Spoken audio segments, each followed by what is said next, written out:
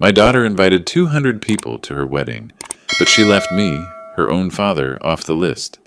This is an elite event. A poor man like you has no place there. I just smiled. On the day of the wedding, I flew in anyway, in my own helicopter, landed right on the grounds of her elite restaurant, and revealed the whole truth. The wedding was canceled in 15 minutes. Before we continue, please subscribe to the channel and write in the comments what time it is where you are now. The phone rang while I was reorganizing Barbara's old recipe box, something I did when the house felt too quiet. Sunday afternoon, light filtered through the kitchen curtains, turning everything amber and soft. I almost didn't answer. Dad, I have amazing news. David proposed last night. We're getting married. Jennifer's voice hit me like a wave, bright, electric, almost too cheerful. My daughter, engaged. The words should have filled me with pure joy, but something underneath her excitement felt rehearsed, like she'd practiced this call. That's wonderful, sweetheart. I'm so happy for you. I know, we should celebrate. Can you meet us for lunch today?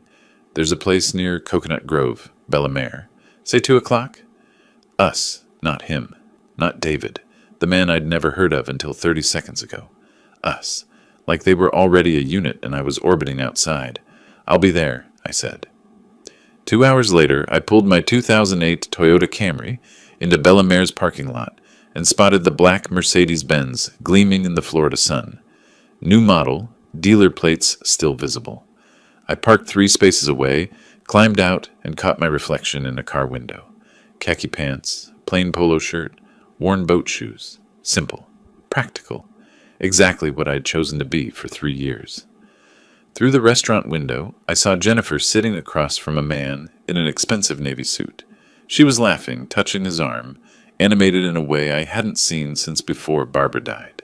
The man turned as I approached, and his eyes performed a quick scan, head to toe taking inventory. 2 seconds. That's all it took for his expression to settle into something I recognized. Polite dismissal. Mr. Warren, good to finally meet you. Jennifer talks about you. David Mitchell's handshake was firm, professional, over before it began. His smile revealed perfect teeth, but nothing behind them. Nice classic car you've got there. Toyota, right? They run forever. The word classic landed like a polite insult. Jennifer fidgeted with her napkin, watching David's face more than mine. I slid into the booth across from them, feeling the worn vinyl beneath me, and noticed the menu prices. Expensive enough to impress, but not so expensive that David would need to contribute much. Calculated. So tell me about yourself, David, I said. Financial consultant. Corporate restructuring, mostly. I help companies optimize their assets. He checked his Rolex, quick glance, casual but deliberate. Keeps me busy. Jennifer jumped in, her voice too bright. We're thinking August 23rd. I know it's fast, but David's schedule is tight, and we found this perfect venue. It's going to be beautiful, Dad. Really elegant. The kind of wedding Mom would have loved. The mention of Barbara hit my chest hard. I looked at Jennifer and saw my wife's face, the woman who married me when I was just a waiter, who believed in me when I had nothing. Barbara had dreamed of this moment, planned for it in those quiet conversations late at night. She'd wanted Jennifer to marry well, to be happy, to have everything we'd built together. But this moment felt hollow. We're thinking Azure Coast, Jennifer continued, glancing at David for approval, on Miami Beach. The views are incredible. I knew Azure Coast. Of course I knew it, but I said nothing. David leaned back, cutting into his steak with surgical precision. These events add up fast. Venue, catering, flowers, easily 50, 60,000 for something decent. But hey, you only do it once, right? Parents usually cover it, tradition and all that. The statement hung in the air, not quite a demand. Jennifer wouldn't meet my eyes. Her hand crept toward David's arm again, seeking reassurance from him instead of connection with me. The waiter appeared, refilled water glasses, vanished. David's phone buzzed. He glanced at it, lips tightening. Excuse me. Business call. He stood, pressed a kiss to Jennifer's temple. Back in 5. The moment he left, Jennifer's shoulders dropped slightly. She looked at me, and I saw something I'd never seen before in her eyes. Embarrassment. Not about David. About me. Dad, I know the wedding costs are a lot. We're not expecting you to cover everything, but if you could help, even a little, I'm happy for you, sweetheart. Your mother waited years to see this day. I wish she could be here. Jennifer's face softened, but then her gaze shifted to my worn collar. My calloused hands wrapped around a water glass. The softness disappeared. Whatever you need for the wedding, I'll help. You deserve a beautiful day. Thank you, Dad. Her relief sounded more like checking a box than expressing gratitude. David returned, phone in hand, placing it face up on the table. Stock market numbers glowed on the screen. A power move, declaring his world bigger and more important than our family lunch. He smiled at Jennifer, squeezed her shoulder. All good? She asked. Always is. He turned to me. So, Mr. Warren, you're retired now? Jennifer mentioned you used to work in hospitality. Used to work. Past tense. Like I was a relic. A closed chapter. That's right, I said. The lunch ended with handshakes and promises to talk soon about wedding details. I walked back to my Camry while they climbed into the Mercedes. Jennifer waved through the tinted window. I waved back. The drive home took 20 minutes. I gripped the steering wheel tighter than necessary, feeling Barbara's wedding ring pressing against my chest. I wore it on a chain under my shirt, always. Jennifer's nervous laughter echoed in my head. David's dismissive glances burned behind my eyes. The sick feeling in my stomach grew with each mile. My daughter was ashamed of me. I pulled into my driveway and sat in the dark car, engine ticking as it cooled. The modest house stared back at me, peeling paint, overgrown lawn, rusty mailbox. The house I'd chosen deliberately after Barbara died. The house that hid who I really was. Inside, the silence waited. 2 days later, Jennifer's car appeared in my driveway. Tuesday afternoon, sun beating down on her silver Honda Civic. I watched from the living room window as she sat motionless behind the wheel for 30 seconds, gathering courage. Her eyes traced the peeling paint on the porch, the weeds pushing through cracked concrete, the rusty mailbox listing slightly to the left. Visual evidence confirming what she believed. Her father was struggling. She finally emerged, smoothing her dress, rehearsing something under her breath. I opened the door before she could knock. Dad. Her hug was mechanical, brief. The garden looks nice. The lie hung between us. The garden looked terrible, and we both knew it. Come in, sweetheart. Want coffee? We settled at the kitchen table, her hands wrapped around a chipped mug I'd owned for 20 years. She glanced around the room. Outdated furniture, old television, worn carpet. Each glance was a small judgment, building the case in her mind that I was barely scraping by. I wanted to talk more about the wedding, she began, voice careful. David and I found the perfect venue, Azure Coast on Miami Beach. It's expensive, I know, but it's the kind of place his clients expect. I said nothing, just watched her face. His partners will be there, important people. We need everything to be perfect. She pulled out her phone, swiped through photos, top-tier catering, live band, flowers from this amazing florist in Brickell, professional photographer, videographer, the whole package. How much are we talking about, sweetheart? Jennifer set down her phone, met my eyes. 50,000. I know that's a lot. If you can't, I understand. David has savings, but his parents are contributing too, and it would mean so much if you could match them. For Mom's memory. She invoked Barbara like a weapon, knowing it would cut deep, and it did, but not for the reasons she imagined. I pulled out a simple notepad, wrote down the numbers she mentioned, acted the part of a struggling father carefully budgeting his last resources. Jennifer watched me write, her expression mixing hope with doubt.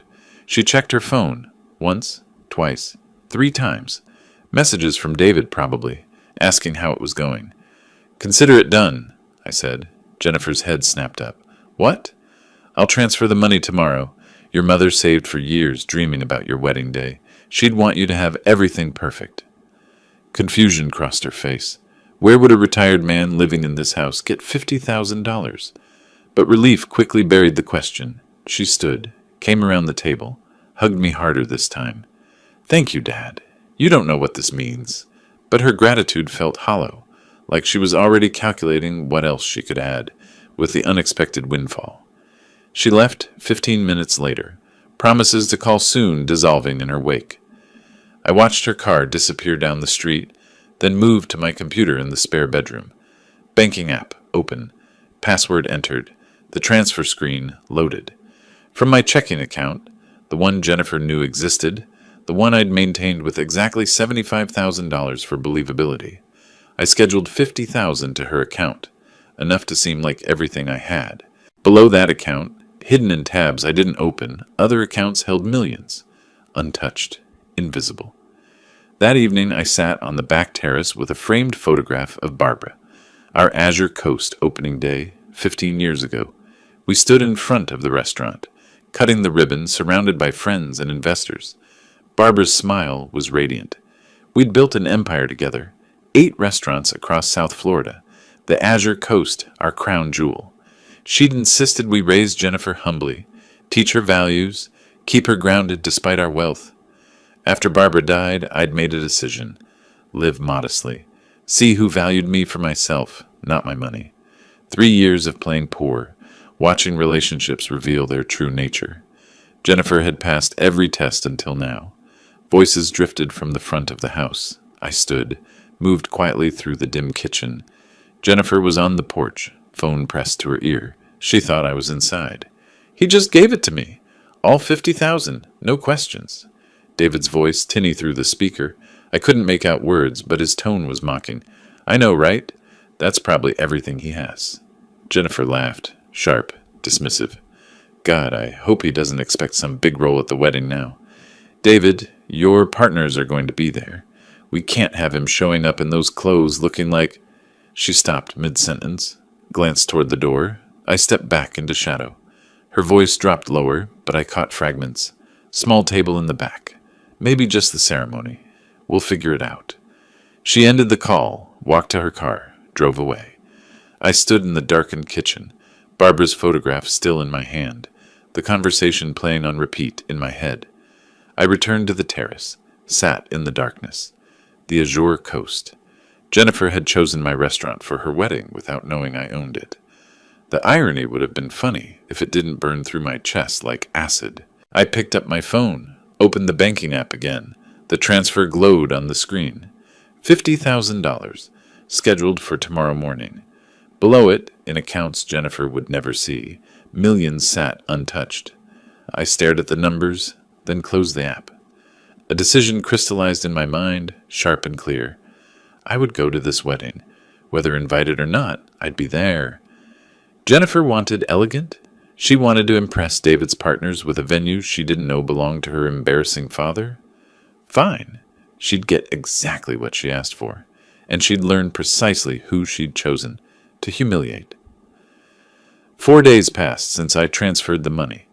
Saturday morning arrived with bright Florida sun and an empty mailbox. I sat at my kitchen table, coffee growing cold, staring through the window at the metal box mounted by my driveway. 1 week until the wedding. My neighbors had received their invitations 3 days ago. I'd seen the elegant cream envelopes in their hands at the community mailboxes, heard them discussing the fancy venue over hedges and driveways. My mailbox stayed empty.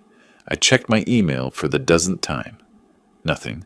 Spam, bills, grocery store coupons. No wedding invitation. I picked up my phone, kept my voice light and casual. "Sweetheart, I was just checking. I haven't received the wedding invitation yet. Should I be watching for it in the mail, or are you doing email invitations?" "Oh, Dad, the printer had some delays." Jennifer's voice carried that hollow quality I was learning to recognize. Background noise suggested she was busy with something else. Rustling papers. David's voice in the distance. "We're still addressing them. So many guests, 200 people. I'll bring yours by personally. Don't worry about it." 200 people. But not me. Not yet. "Okay, sweetheart. Just wanted to make sure." I hung up unconvinced. The lie felt obvious now that I knew what to listen for. The next morning, I drove to my usual coffee shop in Coral Gables, a routine I'd maintained for 3 years, part of the modest lifestyle I'd built deliberately. The place knew my order: medium black coffee, occasionally a blueberry muffin. Simple, unremarkable, exactly what a struggling retiree would choose. "Clifton!" Robert from 2 streets over spotted me while I waited for my order. 60s, retired accountant, pleasant enough neighbor. He approached with that enthusiastic energy people have when they're about to share news they think you already know. Congratulations on Jennifer's wedding. Azure Coast. Wow, that's the place in Miami Beach, right? My hand froze, reaching for the coffee cup the barista had just set down. Azure Coast, I repeated. Yes, that's wonderful. I've never been, but I hear it's incredible. Must have cost a fortune to book. Robert pulled out his phone, swiped through screens. Your daughter must have some serious connections. Or did you help her get in there? He turned his phone toward me. The digital invitation filled the screen. Elegant design, cream and gold. Jennifer's and David's names in sophisticated script. Below them, Azure Coast Restaurant, Miami Beach. Saturday, August 23rd. 4 o'clock ceremony. Reception to follow. My hand trembled slightly as I steadied his phone to read the details. There in the bottom corner, I saw it. The Azure Coast logo. My logo. The design I'd approved 15 years ago when we'd launched the flagship location. The crown jewel of my 8-restaurant empire. When did you receive this? I heard myself ask. 3 days ago. Beautiful design, very elegant. The whole neighborhood's talking about it. Robert pocketed his phone, oblivious to the earthquake happening inside my chest. Your daughter really knows how to throw an event. You must be so proud. Proud. I stood in the coffee shop, my order growing cold on the counter, while Robert continued talking about the venue's prestige, the oceanfront terrace, the private helicopter pad, the impossibility of booking unless you knew someone important. Every detail he mentioned was something I'd designed, built, paid for. I'd personally overseen the terrace construction. I'd insisted on the helicopter pad despite the architectural challenges. Jennifer had chosen my restaurant, probably recommended by David's wealthy contacts, without knowing her embarrassing father owned it. The irony should have been devastating. Instead, it was overshadowed by something simpler, sharper. My neighbor received an invitation. I didn't. I thanked Robert, took my coffee, drove home. The 30-minute drive stretched longer because I couldn't help myself. I detoured past Azure Coast, parked across the street, watched the Sunday brunch crowd enter through doors I'd selected, watched valet parking cars at a station I'd designed, observed the business I'd built being prepared for my daughter's wedding, the wedding I apparently wasn't invited to. Back home, I tried to rationalize. Maybe Jennifer wanted to hand-deliver my invitation. Maybe she was planning something special. Maybe the printer really did have delays, and Roberts arrived first by coincidence. But I remembered her phone conversation with David. We can't have him showing up in those clothes. I remembered her uncomfortable glances at my house, her relief when I'd agreed to the money so quickly. That evening I sat in my living room surrounded by the deliberate simplicity I'd chosen after Barbara's death. The worn furniture, the outdated television, the faded carpet. I'd lived here for 3 years, testing relationships, seeing who valued me versus who valued my money. I opened my desk drawer and pulled out a folder marked Jennifer. Inside, receipts, bank statements, canceled checks. University of Miami tuition, $80,000 across 4 years. Her first car, a sensible Honda, $15,000. Co-signing her apartment lease, covering 6 months of rent when she couldn't find work, another $9,000. Every contribution documented, a paper trail of paternal love measured in dollars. I spread them across my kitchen table, added them mentally. Over 34 years, I'd given Jennifer roughly $350,000 in direct financial support. Not counting Christmas gifts, birthday presents, the countless smaller expenses parents absorb without tracking. She'd taken everything. Now she was ashamed to invite me to her wedding.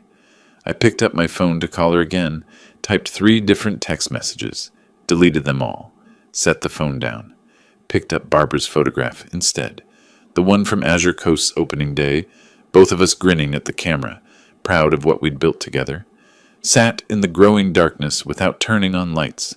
3 days crawled by. I went through the motions of daily life, checking mail obsessively, refreshing email, watching my phone. No invitation, no call, no acknowledgement that I'd given Jennifer $50,000 1 week ago. By Tuesday evening, with the wedding 4 days away, I realized I'd been making excuses for the inexcusable. I picked up my phone. Jennifer's contact filled the screen. This time I didn't delete the message. I didn't hesitate. I made the call. The phone rang 3 times before Jennifer answered. 4 days until the wedding. 3 days since Robert had shown me the invitation to my own restaurant. 72 hours of making excuses.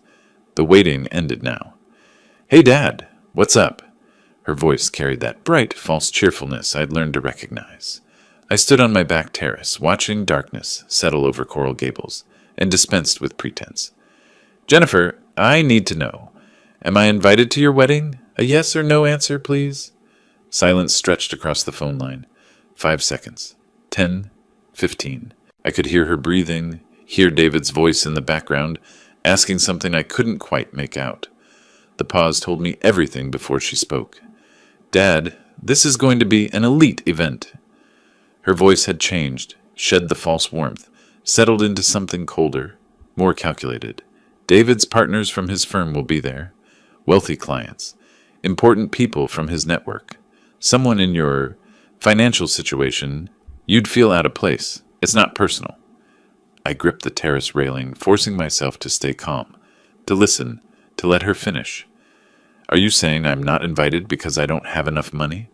Because I drive an old car and live in a modest house?" "It's more complicated than that."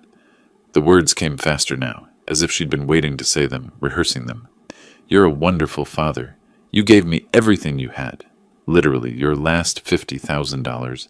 I appreciate that sacrifice more than you know. But this wedding represents David's career, our future together. We need to present the right image." She paused. I said nothing. Let the silence work. "In those clothes, driving that car, you'd stand out for the wrong reasons. David's partners will be evaluating him, evaluating us.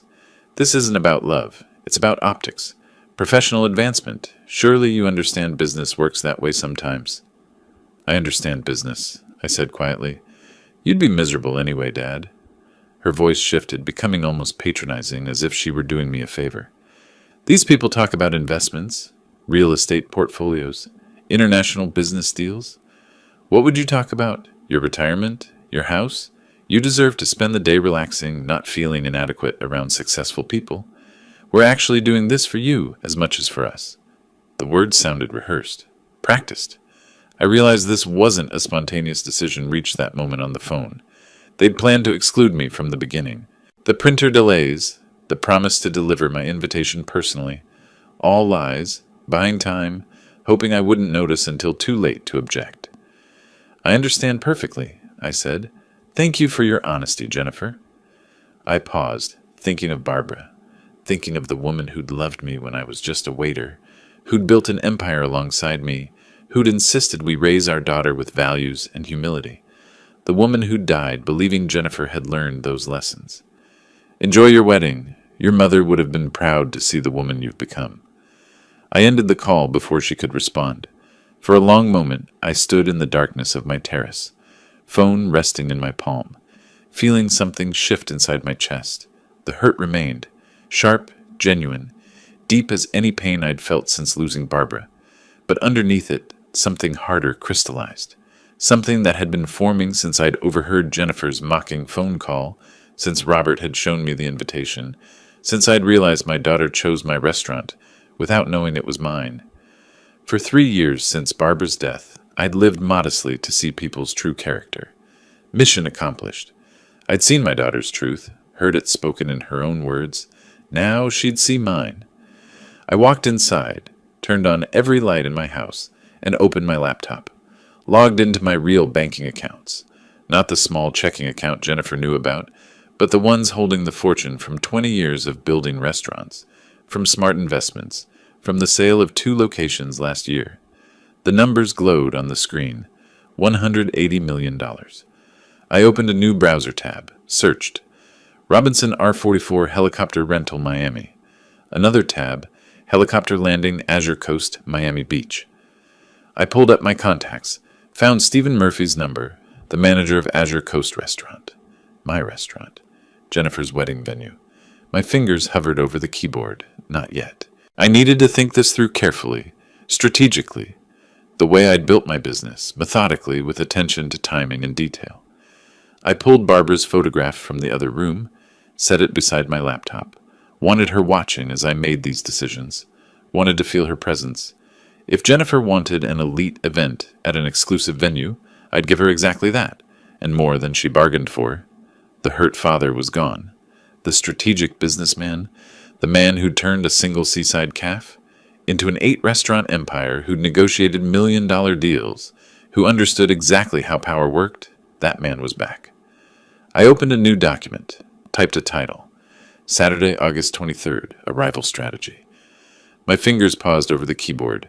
Then I began typing steadily, methodically, building the framework.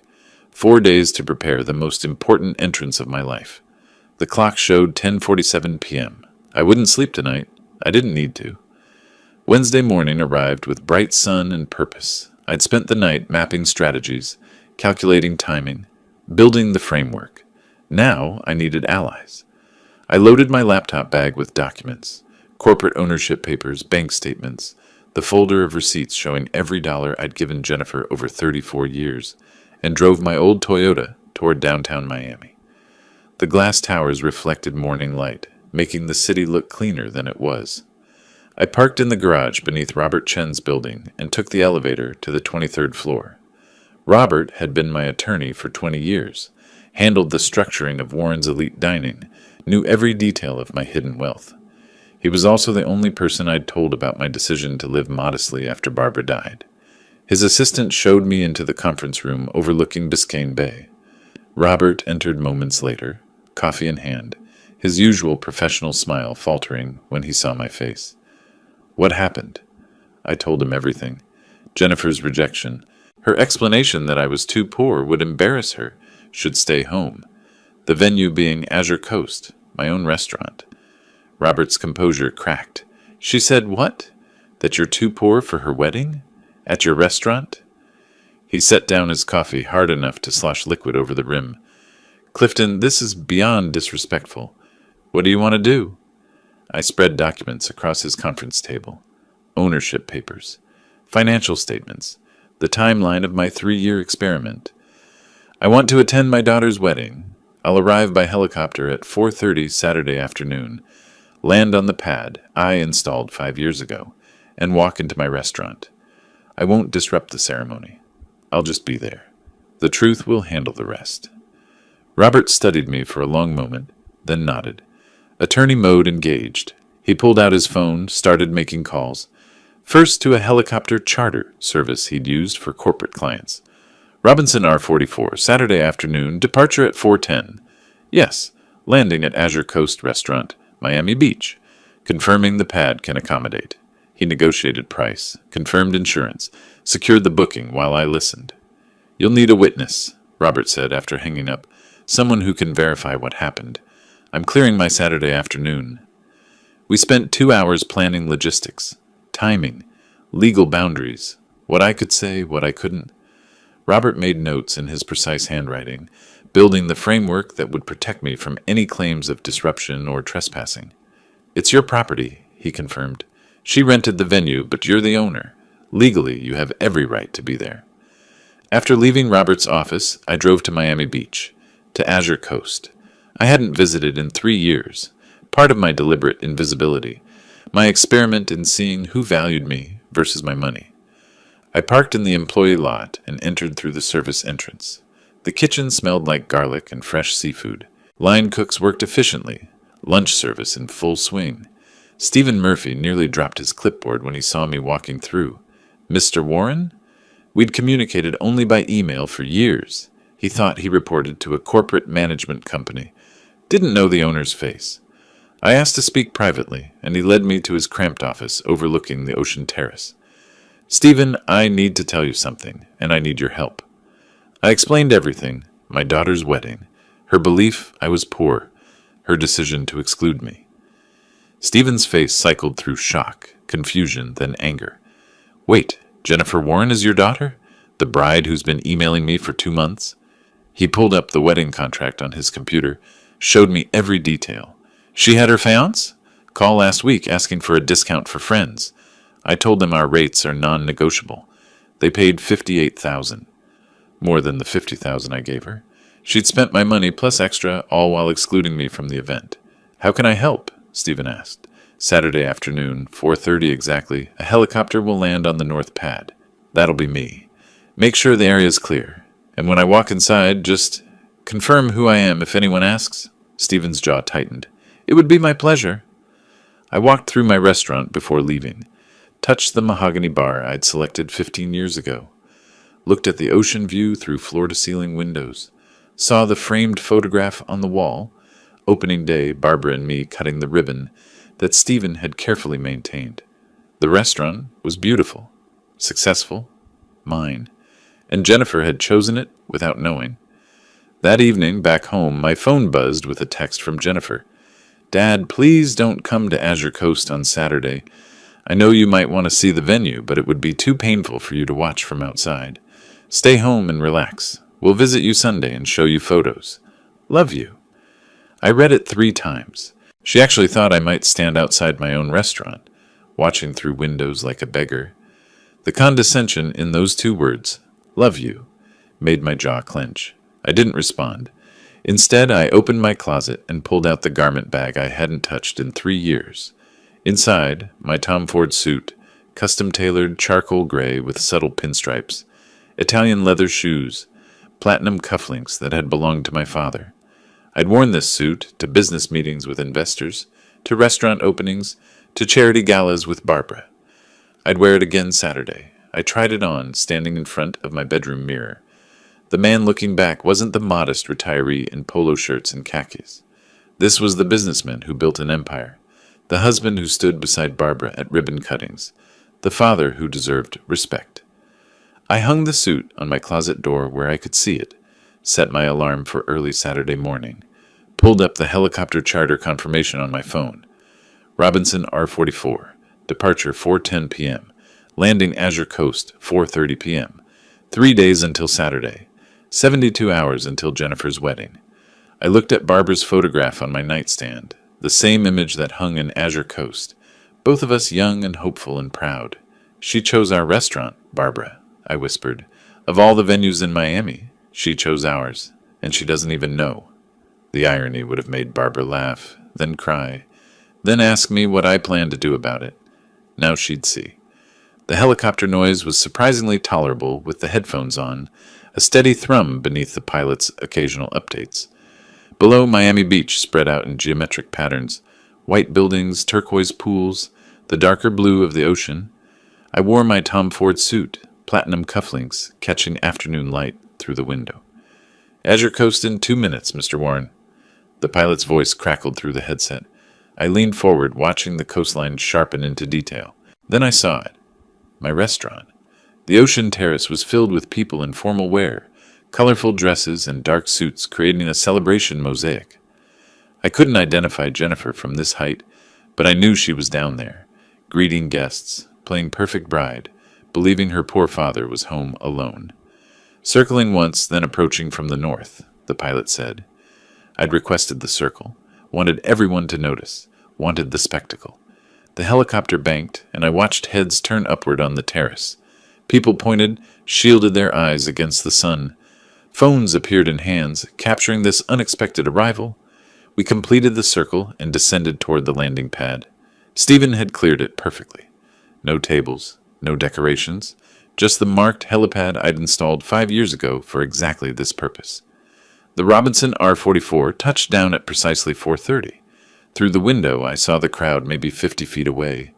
Conversation stopped. Champagne glasses paused mid-sip. Every face turned toward the helicopter. The pilot cut the engine. Rotor wash whipped through palm trees. I opened the door and stepped out. The Tom Ford suit fit like armor. Italian leather shoes met concrete. I walked away from the helicopter with measured steps, not hurrying, letting people see me clearly. Whispers started. Phones rose higher, recording. Then I saw her. Jennifer stood near the terrace entrance. Wedding dress pristine white, champagne flute frozen halfway to her lips. David beside her, tuxedo perfect, his expression cycling through confusion to recognition to alarm. Jennifer moved first, rushed toward me, dress trailing behind, David following uncertainly. Her face showed everything, shock, anger, embarrassment, settling finally on defensive accusation. "Dad!" She reached me breathless, words tumbling out too fast. "What are you doing here? Where did you get that helicopter? That suit? Did you rent it? Did you borrow money?" Are you trying to embarrass me at my own wedding? Her voice rose with each question. Nearby guests turned to watch. David arrived beside her, placed a warning hand on her arm, eyes scanning his colleagues and clients, calculating social damage. I didn't answer her questions, just smiled, calm, knowing. I think it's time everyone knew the truth. I walked past her toward the restaurant's main entrance. She followed, protesting. David followed, demanding explanations. Guests parted for this strange procession. The helicopter father, the chasing bride, the damage-controlling groom. Stephen Murphy stood at the entrance, holding the door open. His face stayed carefully neutral, but he nodded once as I passed. Professional courtesy between employer and employee. We entered the main dining room. I walked directly to the far wall, to the photograph that had hung there for 15 years. More guests followed us inside. 50 people, maybe more, drawn by drama and confusion. Jennifer and David tried to position themselves between me and the crowd, but I stepped aside, gestured to the wall. The photograph was 4 feet wide, crystal clear. Barbara and me standing in front of Azure Coast on opening day, May 2010. Both younger. Barbara radiant in blue. Me in a business suit. Behind us, the restaurant's name shining in new letters. Oversized scissors in our hands, red ribbon cut and falling. Below the photo, a brass plaque. Azure Coast, founded by Clifton and Barbara Warren. May 15th, 2010. First location of Warren's Elite Dining. I turned to face the crowd. Jennifer, David, their friends, business associates, family members, all watching. Several phones still recording. I placed my hand on the photograph's frame. I'd like you all to meet my late wife, Barbara. This is us, 15 years ago, opening Azure Coast. My voice carried clearly through the dining room. I'm Clifton Warren. I own this restaurant and 7 others in Florida. My daughter is getting married here today at my restaurant, the wedding she told me I was too poor to attend. The words hung in the air. Silence fell. Complete. Absolute. 50 guests stared at the photograph, then at me, then at Jennifer. Someone's phone was still recording. The small red light blinked steadily. David's face had drained of color. His hand dropped from Jennifer's arm. Jennifer stood frozen, mouth open, no words coming. Her champagne flute, somehow still in her hand, began trembling. Then someone in the back started typing on their phone. Then another. The name Clifton Warren being searched, Googled, investigated. I could almost hear it. The sound of my secret ending, truth spreading through Wi-Fi signals and data connections. Stephen Murphy stepped forward, breaking the silence. It's true. Mr. Warren is the owner. I've managed this restaurant for him for 8 years. More typing. More searching. Faces illuminated by phone screens. Jennifer finally found her voice. It came out as a whisper. No, that's not. You can't be. I turned to face my daughter fully, looked into her eyes. Let her see something she'd never seen before. Not anger, not hurt, but quiet justice. I can be, Jennifer. I always have been. The silence lasted maybe 3 seconds. Then phones started buzzing with search results. A woman near the back, one of David's colleagues, expensive suit and designer handbag, spoke first, reading from her screen with growing incredulity. Warren's Elite Dining, 8 locations across Florida. Estimated net worth $150 to $200 million. The words rippled through the crowd. More phones illuminated faces. I watched the discovery spread like contagion. One person finding information, showing their neighbor, both of them searching deeper, confirming details, looking up at me, then back at their screens. Forbes article from 2019, someone else announced. Florida's hidden restaurant empire, the Warren success story. A man in his 60s held up his phone, showing a LinkedIn profile. Clifton Warren, founder and CEO, Warren's Elite Dining, LLC. University of Miami Business School, 40 years in hospitality industry. The evidence cascaded. Photos of me at business events, ribbon cuttings, charity galas, all from before Barbara's death, all showing the wealthy businessman I used to publicly be. David's boss, a silver-haired man I recognized from the ceremony rehearsal, stared at his phone, then at David. His expression darkened with understanding. Stephen Murphy stepped forward, his voice carrying professional authority through the murmurs. Everything Mr. Warren said is true. I've managed Azure Coast for 8 years, reporting directly to him. He owns this restaurant and 7 others. He's been my employer since I started in the industry. The confirmation from a neutral source, someone with no reason to lie, solidified the truth. Murmurs grew louder. A woman pushed through the crowd toward David, his sister Patricia, face flushed, hissing something I couldn't hear but could definitely interpret from her aggressive gestures. David moved suddenly, approaching me with forced enthusiasm, hand extended, smile too wide. Mr. Warren, what an incredible surprise. Jennifer must have wanted to preserve the mystery. Keep your success private. What a brilliant strategy. Very humble. Very wise. His voice projected for the audience, trying to rewrite the narrative. Make this planned, intentional. I didn't shake his hand. There's no strategy, David. I spoke clearly, ensuring everyone heard. My daughter told me explicitly that I was too poor for her elite wedding. She said someone in my financial situation would feel uncomfortable around successful people. She chose my own restaurant without knowing I owned it. Jennifer broke her paralysis.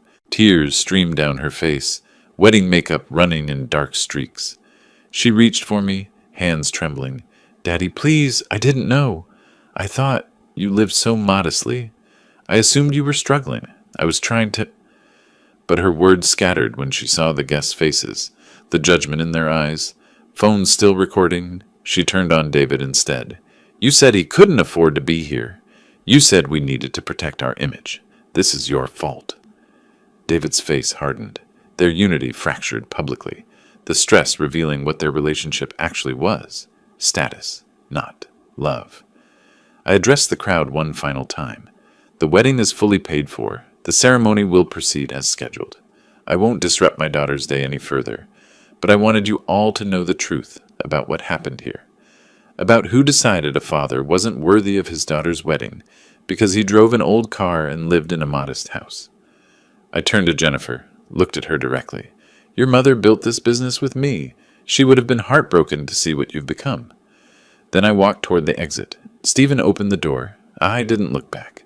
Behind me, the murmur grew into open conversation, scandal spreading through 200 guests who'd carry this story across Miami's social circles by morning.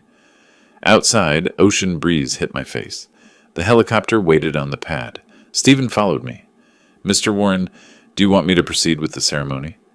I paused, considering. The ceremony was supposed to start in 20 minutes. 200 guests were here. The venue was prepared. I thought about Barbara, about Grace, about not becoming vindictive. Yes, let them have their wedding. They've already paid for it in ways money can't measure. I climbed into the helicopter. As it lifted off, I saw the terrace below. Guests clustering in groups, animated conversations, phones to ears making calls. The scandal spreading beyond these boundaries. By tomorrow morning, everyone in Miami's business community would know what happened here. Jennifer and David's social destruction had only begun. Sunday morning arrived with relentless sunlight and my phone ringing constantly. I sat on my terrace, coffee growing cold, watching Jennifer's name appear on the screen for the 23rd time. 9:30 a.m. The call started at 7. I didn't answer. Between calls, text messages appeared. Dad, please answer. I need to explain. I'm so sorry. Please give me a chance. I read each one, deleted none, responded to none.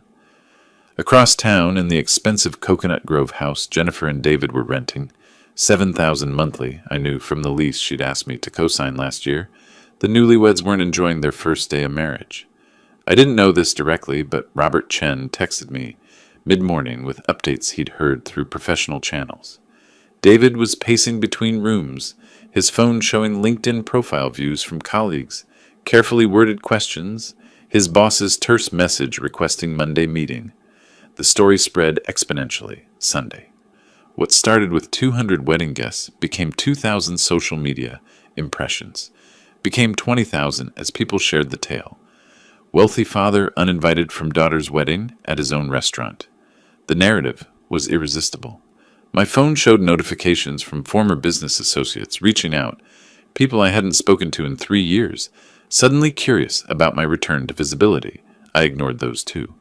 The only message I considered answering came from Robert. I heard it went exactly as planned. Well executed. Legal boundaries held perfectly. Call when ready. I wasn't ready. Monday morning, David received the summons.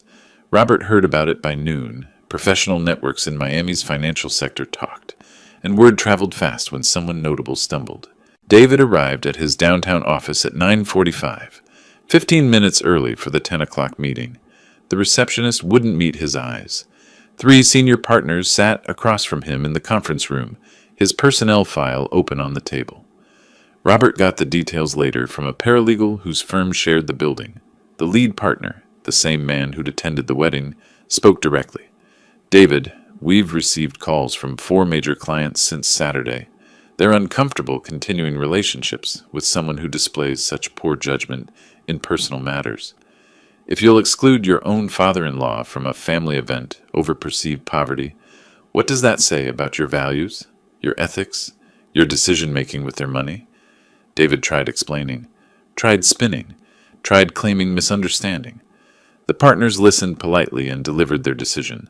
Effective immediately, David was transferred from wealth management to internal operations, back office position, minimal client contact.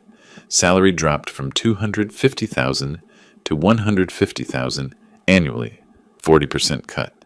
Corner office reassigned, assistant transferred, book of clients redistributed. This isn't termination, the lead partner clarified. Consider it an opportunity to rebuild your reputation. Demonstrate better judgment going forward. David left the meeting at 10:45. By noon, he'd boxed his personal items. By 1 p.m., he'd moved to a windowless office on the 3rd floor. That afternoon, Patricia Holmes called David. Unlike Jennifer's pleading calls to me, Patricia's anger needed no voicemail. Her voice cut through the phone. Robert heard about this from Patricia's husband, a corporate attorney he played golf with monthly. "You've destroyed our family's reputation. Mother and father are humiliated. Everyone at the country club knows what you did. You're a financial consultant, David. Due diligence is literally your job, and you couldn't even research your own father-in-law's net worth before insulting him." The call ended with her demand that he and Jennifer skip upcoming family events. Until this blows over, it wouldn't blow over. By Monday evening, Jennifer had called me 47 times. I'd listened to none of the voicemails, but saw the count increasing. Her text messages grew more desperate. Detailed apologies, explanations of her reasoning, promises to change, pleas for forgiveness. I sat in my modest living room, the same room that embarrassed her, and read each message carefully. I saw the pattern. First, she apologized for the misunderstanding, then for not realizing my wealth, then for hurting my feelings. But nowhere did she apologize for the fundamental issue, being ashamed of me, valuing money over relationships, choosing status over family. She was sorry she got caught, sorry for consequences, but not truly sorry for who she'd revealed herself to be. My phone buzzed again. Jennifer's name, 48th call. I picked up the phone. Not to answer, not yet, just to hold it, to think about what came next. I'd proven my point. The truth was public. David's career was damaged. Jennifer's social standing was shattered. But what now? Barbara's photograph sat across the table. I imagined her voice. "You've shown them who you are. Now show them who you can still be." I set the phone down without answering. Tomorrow I'd call Robert Chen. We'd discuss the financial reality Jennifer and David now faced. The expensive rental house they couldn't afford on David's reduced salary, the debt they'd accumulated planning an extravagant wedding, the bills coming due in weeks. The social punishment was complete. But the real lesson, about money, about values, about consequences, that lesson was just beginning, and this time I'd teach it properly. Tuesday morning found them at their kitchen table, surrounded by bills and bank statements spread across expensive marble. David's calculator sat among the papers, numbers glowing accusingly. "We spent $80,000 on that wedding." David's voice was hollow. "50 from your father, 30 from our savings. Our savings are gone. My salary dropped by $100,000 annually. That's $8,000 less per month after taxes. Your salary is about to drop by $20,000. This house costs $7,000 monthly. Add utilities, cars, insurance, food." He pushed the calculator toward Jennifer. "We're underwater by at least $3,000 every month." Jennifer's laptop showed her company's HR portal. A meeting request from her supervisor glowed with the subject line, "Discussion required, Monday." She'd been avoiding opening it, but now she clicked. The email was professionally worded but clear. "Recent personal events have raised concerns about client relationships. We need to discuss your role moving forward." "They're going to demote me," she whispered. David slumped back. "We need to find a cheaper place. Or you need to keep your full salary, or—" He trailed off. The unspoken option hung between them. Call her father. "He's not going to help us." Jennifer's tears came suddenly. "I told him he was too poor for my wedding. I said he'd embarrass me. Why would he help us now?" David's frustration boiled over. "This is your fault. Your misjudgment of his situation. Your willingness to exclude family for status." Jennifer's head snapped up. "You convinced me. You emphasized image and professional connections. You made me ashamed of my own father. This is as much your fault as mine." The argument revealed the truth they'd been avoiding. They were both responsible, both complicit, both now paying the price. Tuesday afternoon, Jennifer's meeting with her supervisor confirmed their fears. Reassignment to reduced role meant salary cut from $75,000 to $55,000, another $20,000 gone annually. By Wednesday morning, they'd reached rock bottom. David sat on their expensive couch, staring at abstract art they'd bought to impress guests. Jennifer stood at the window overlooking their manicured yard, the yard they could no longer afford to maintain. "We need to go see my father," she said quietly. "Not to ask for money, to apologize. Really apologize." David looked at her. "You think he'll even see us?" "I don't know, but it's the only honest thing left to do." Wednesday afternoon, they drove to Coral Gables. Jennifer had called ahead, left a voicemail asking if they could visit, promising no excuses. Clifton texted back one word: "Fine." They sat in their car outside his house for 5 minutes, neither wanting to face him, both knowing they must. The house looked different now. Not shabby, but intentional. Not poor, but deliberate. The peeling paint was camouflage. The overgrown lawn was a test. I opened the door before they knocked. I'd been watching them sit in the driveway, working up courage. They looked different. Not the confident couple from 2 weeks ago, but humbled, worn, uncertain. "Come in." I led them to the terrace. The same cheap plastic chairs Jennifer had judged before. We sat in silence for a moment, ocean breeze carrying sounds from distant neighbors. Jennifer spoke first, her voice breaking. "Dad, I was horrible. I valued money and status more than you. I was ashamed of you, and that shame was about me, not you. You deserved better. You deserved a daughter who saw your worth regardless of your bank account." David followed, his voice steady but quiet. "I pushed her to exclude you. I was obsessed with image, with what my colleagues would think. I convinced her that having you there would hurt our reputation. I was wrong about everything that matters." I watched their faces, measured their sincerity. These weren't practiced words. This was real remorse. I sat back in my plastic chair, looking at them across the table. Barbara's photograph was visible through the screen door, watching from inside. I saw my daughter's tears, not manipulative crying, but genuine grief. I saw David's slumped shoulders, not defensive posturing, but true remorse. This was what I wanted. Not their destruction, but their understanding. Not their financial collapse, but their moral awakening. I took a long breath. I didn't reveal my wealth to punish you. I did it to teach you. The question now is, did you learn? Jennifer looked up, hope flickering through tears. David met my eyes directly for the first time since arriving. I stood, stretched. "Come back tomorrow morning, 10 o'clock. Meet me at Azure Coast. I have a proposal." I walked inside, leaving them on the terrace. As they drove away, I heard Jennifer whisper through the open window, "Do you think he'll forgive us?" David didn't answer. Neither of them knew. But tomorrow morning, they'd find out. Thursday morning, 9:45. They pulled into Azure Coast's parking lot, 15 minutes early.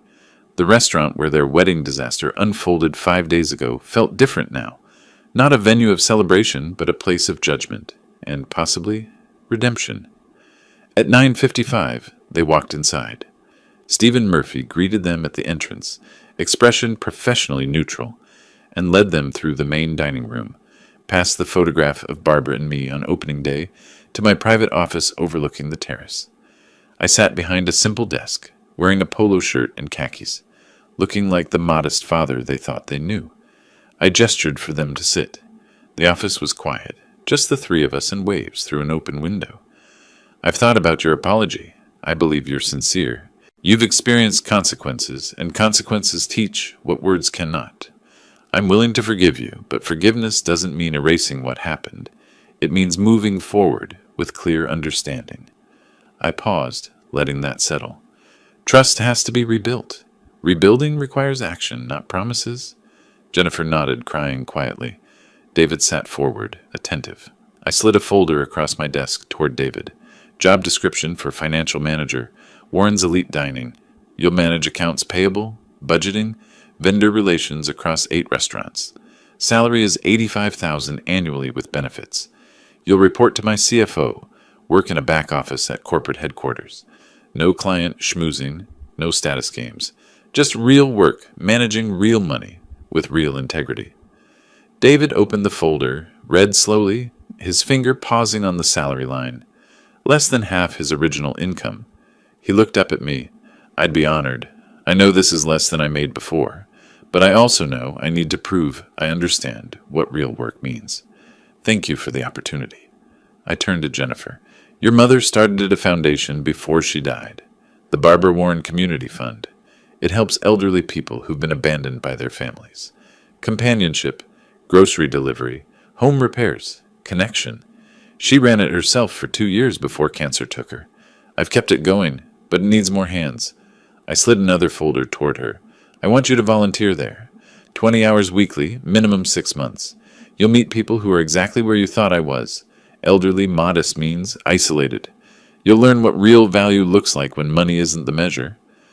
Jennifer opened the folder, saw photos of elderly faces, mission statements about dignity and community. Yes, I'll do it. I want to do it. I stood, walked to the window overlooking the ocean. I'm also establishing a new initiative, the Barbara Warren Family Reconciliation Fund.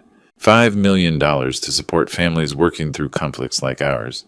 Counseling, mediation, financial literacy, education. Your situation isn't unique. Many families break apart over misunderstandings about money and worth. I turned back to them. You'll be the first case study. If you do the work, David in his job, Jennifer volunteering, and rebuild your values, your story becomes proof that people can change, that consequences can be teachers, not just punishments. They looked at each other, then back at me. They understood. This wasn't just about them anymore. I sat back down, my voice softening. I didn't do any of this to destroy you. I did it because I love you, Jennifer. You're my daughter. You're all I have left of Barbara. But love doesn't mean accepting everything. Sometimes love means showing people hard truths. Jennifer crossed the office and hugged me. Really hugged me, desperate and grateful and remorseful. I'm so sorry, Dad. I'll prove I've changed. I promise. David stood, extended his hand. Mr. Warren, thank you for this chance. I won't waste it. I shook his hand firmly. Call me Clifton. We're family now. Family doesn't always get along, but family doesn't give up on each other either. 1 month later, September. I visited the Barbara Warren Community Fund Center on a Thursday afternoon. Jennifer was there, helping an elderly man named Harold with his groceries, listening patiently to his stories about his estranged daughter. Her eyes met mine across the community center, and I saw understanding there. She got it now. She saw Harold's worth not in his bank account, but in his dignity, his humanity. David had been working at Warren's Elite Dining headquarters, managing budgets. His former colleagues occasionally saw him in business settings. No longer flashy wealth manager, but competent operations professional. Some smirked. Others respected the humility required to start over. David no longer cared about their opinions. Jennifer and David moved from the expensive Coconut Grove house to a modest apartment in Coral Gables, 3 blocks from my house. They had me over for simple dinners. Conversation flowed naturally now, without pretense. Jennifer asked about Barbara, about the early restaurant days, about values that mattered. I told stories, shared wisdom, and felt something I hadn't felt in 3 years. Genuine family connection. Sunday evening, all three of us stood at Azure Coast for the Foundation's first fundraising dinner. Jennifer helped organize it. David managed the finances. I stood at the podium introducing the Barbara Warren Family Reconciliation Fund, telling our story, anonymously, carefully, but honestly, about a father and daughter who lost their way and found it again. Jennifer watched from the back of the room, tears streaming, seeing me honored not for wealth, but for wisdom. That night, I stood at my bedroom window, Barbara's photograph in my hands. "I did what you would have wanted," I whispered. "I taught her. I didn't destroy her. I saved her." My phone showed a text from Jennifer. "Thank you for not giving up on me, Dad. Mom would be proud of who you are. I hope someday I can make her proud of who I've become." I texted back, "She already is. So am I." I set down the phone and the photograph, turned off the light, and slept peacefully for the first time in weeks. Not because I won, but because I did what mattered. I loved my daughter enough to show her the truth, and she loved me enough to learn from it. If you like this story, please like this video, subscribe to the channel, and share your impressions of this story in the comments. To listen to the next story, click on the box on the left. Thank you for watching.